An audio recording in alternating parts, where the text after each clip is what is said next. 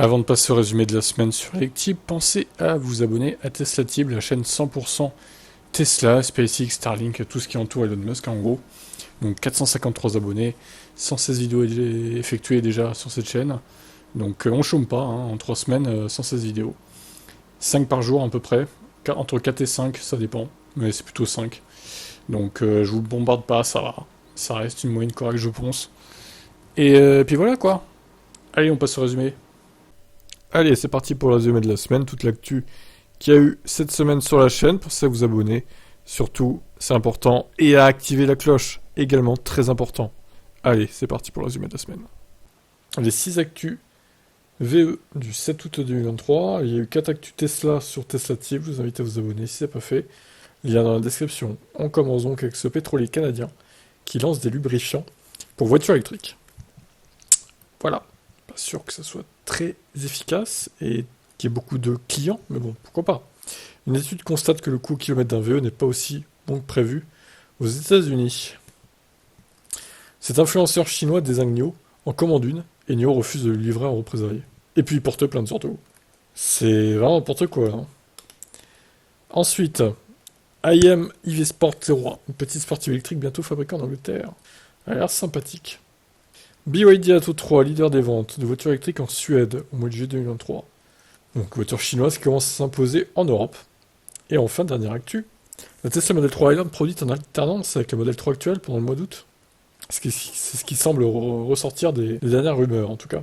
La fin août risque d'être assez chargée à niveau Tesla avec le combat Musk-Zuckerberg qui pourrait avoir lieu le 26. On va en reparler demain sur TeslaTib. Allez, à demain. Ciao. Et les 5 actus VE sur Electib. Du coup, il y en a eu 4 sur TeslaTib. Il y en a dans la description. Alors, Lucide casse ses prix jusqu'à fin août 2023. Apparemment, ils ont du mal à les vendre, les voitures en stock, là. Donc, ils font comme Tesla, ils font des remises, quoi. Hein, mais sauf que là, c'est pas 2000 ou 3000 dollars. C'est plutôt 15 ou 10 ou 15 000, en fait. Parce que les voitures sont beaucoup plus chères que le Model 3, quoi. Ensuite, nous avons les US qui offrent un généreux bonus pour ceux qui achètent une voiture électrique d'occasion. 4000 dollars. Bon, alors, c'est pas vraiment un bonus, c'est un crédit d'impôt, on va dire. Mais quand même, 4000 dollars pour 25 000 dollars maximum la voiture d'occasion, je trouve que c'est pas mal. Recours collectif contre Hyundai, Kia et Genesis concernant un chargeur interne défectueux. Alors, apparemment, il y a pas mal de cas là-bas aux États-Unis. Espérons qu'en Europe, ça ne se dévoile pas non plus, ce problème de chargeur interne. Pour l'instant, c'est pas le cas, il n'y a pas eu d'annonce à ce sujet. La Fiat Panda électrique arrive dès 2024 sur la base d'une IC3, et enfin, des détails sur la fameuse étude des 54% qui regrette l'achat d'un VE. Des précisions supplémentaires, comme quoi cette étude est bidonnée. À demain. Les 5 actus VE sur Electib. Je vous rappelle qu'à TeslaTib, il y en a eu 4 des actus sur cette chaîne. Pensez à vous abonner. Il y en a dans la description. Alors, le Japon cesse de livrer des voitures électriques à la Russie. Mince, Poutine va pas s'en remettre là, hein. Je pense que c'est tragique pour lui. Lucas Demeo, qui pousse un coup de gueule, les voitures électriques sont une révolution pour les riches, selon lui. Il faut dire que ces Renault électriques sont quand même chers. Un nombre de bornes rapides encore insuffisant sur autoroute. Alors ça dépend des zones du coup. Mais globalement, toutes les aires d'autoroute sont équipées de bornes rapides, donc ça c'est déjà un premier pas, un grand pas vers un maillage suffisant en France, hein, clairement. Bon, encore faut-il que toutes les bornes ne soient pas squattées par des thermiques ou qu'elles soient en panne. Ça c'est une autre chose. Et les prix délirants du Subaru Solterra à dévoiler, on parle de plus de 60 000 euros pour un véhicule qui n'est pas mirobolant, on va pas se mentir. Et enfin, véhicule d'entreprise en France, l'électrique progresse, 2 modèles dans le top 10 des ventes. Donc un modèle Y et une 208 électrique. Pas de modèle 3 par contre. À demain. Les 5 actus VE, les 5 actus généralistes voitures électriques. Je vous rappelle qu'il y a TeslaTib, hein, les actus 100% Tesla, il y en a eu 4 aujourd'hui. Donc ça fait 9 au total. Pensez à vous abonner à cette chaîne, si c'est pas fait. Huawei dévoile sa Luxid EH3 qui promet jusqu'à 200 km de conduite 100% autonome. Il y a un lidar sur le toit, hein, comme on voit. Lidar qui est plutôt intégré de façon propre, je dirais. On dirait que ça fait une prise d'air comme les voitures thermiques. C'est plutôt esthétique, je trouve, ça choque pas, quoi. Un véhicule autonome de chez Cruise percute un semi-remorque en pleine journée. Alors, si les torts seraient partagés, hein, ce serait pas que le semi-remorque, ce serait pas que la voiture autonome, les fautifs. Mais bon, ça fait un peu tâche, hein, c'est sûr, forcément.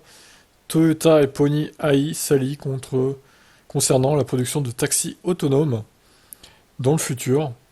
Donc des BZ4X autonomes, peut-être. Bon. Airways bientôt sauvé, restructuration en cours en interne dans l'entreprise chinoise, qui a bien du mal à décoller. Et enfin, dernière actu, Tesla, piratage et déverrouillage des options payantes, menace pour la sécurité des conducteurs.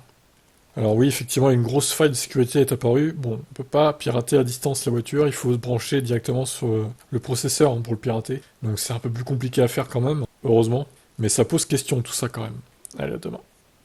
Et les 5 actus, voitures électriques sur Electib. Il y en a eu 5 autres sur Tesla Tib. Lien dans la description. La chaîne 100% Tesla. Les Américains sont de plus en plus friands des caddies Golf électriques. Ça leur sert comme deuxième voiture en gros. Donc ça roule à 40, 45. Ces petites voitures, ces caddies de Golf. Ils ont amélioré les performances avec les batteries lithium notamment. Donc les Américains, ils aiment bien. Selon la DAC, la Model 3 n'est plus la reine de l'efficience. Elle a été remplacée par la Unix 6, selon leurs tests. Et les modèles allemands sont bizarrement bien placés.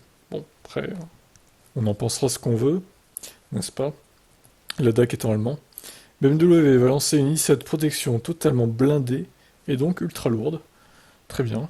Alors pour 550 chevaux, le 0 à 100 9 secondes. C'est dire à quel point elle est lourde. Les premières Zeekr 001, qui sont livrées à l'Europe, sortent des chaînes de production chinoises. Et enfin, Corsica Ferries qui impose une charge maximale de 30% sur les VE qui embarquent à bord.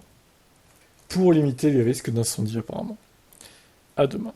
Les actus VE du 12 août 2023, JMC Little Kylin, une citadine électrique à moins de 8000 € pour la Chine seulement. Et très petite autonomie. Propriétaire d'un Hyundai iX35 hydrogène, il doit payer 100 000 € pour changer la pile combustible. Eh ben ça donne envie d'acheter de l'hydrogène, dis donc. Le mec a acheté sa voiture en 2015, quand même, elle est déjà morte en fait. Donc super, il a acheté 50 000.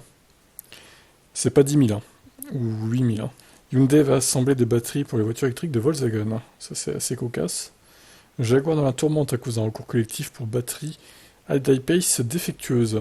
Alors ça concerne l'Amérique du Nord, mais bon, il y en a aussi qui ont été vendus en Europe. Attention quand même. En tout cas, ça leur fait de la mauvaise pub, clairement, là. Le prix de la Fisker Ronin révélé, c'est stratosphérique. Il s'est fait plaisir, Henrik Finsker, là. Allez, on passe à la dernière journée de la semaine, le 13 août 2023, avec les 4 actus. Ford Explorer reporté de quasiment un an, donc il sera basé sur le ID4, mais report d'un an, il devait sortir après l'été, là. Ça ne sera qu'à l'été 2024 au mieux. Cadillac révèle son Escalade IQ, un tank électrique luxueux à plus de 130 000 $. Everati présente une ancienne Porsche 911 rétrofitée en électrique. Alors, ils disent pas le prix, mais à mon avis, ça va coûter un bras. Et enfin, pour finir, les ventes de la Mégane E-Tech s'effondrent. Renault en crise. Et oui, on est bien loin des ventes de 2022 pour la Mégane, qui souffre de la concurrence de MG, notamment et de Tesla. Même si les Tesla sont plus grosses, les voitures plaisent plus que la Mégane, vu qu'elles sont limite moins chères. Surtout la Model 3 au final, qui dispose de belles remises, pour plus de polyvalence. Et la Mégane, du coup, ça souffre du côté de Renault. Eh bien, sur ce, à demain. Bonne fin de week-end.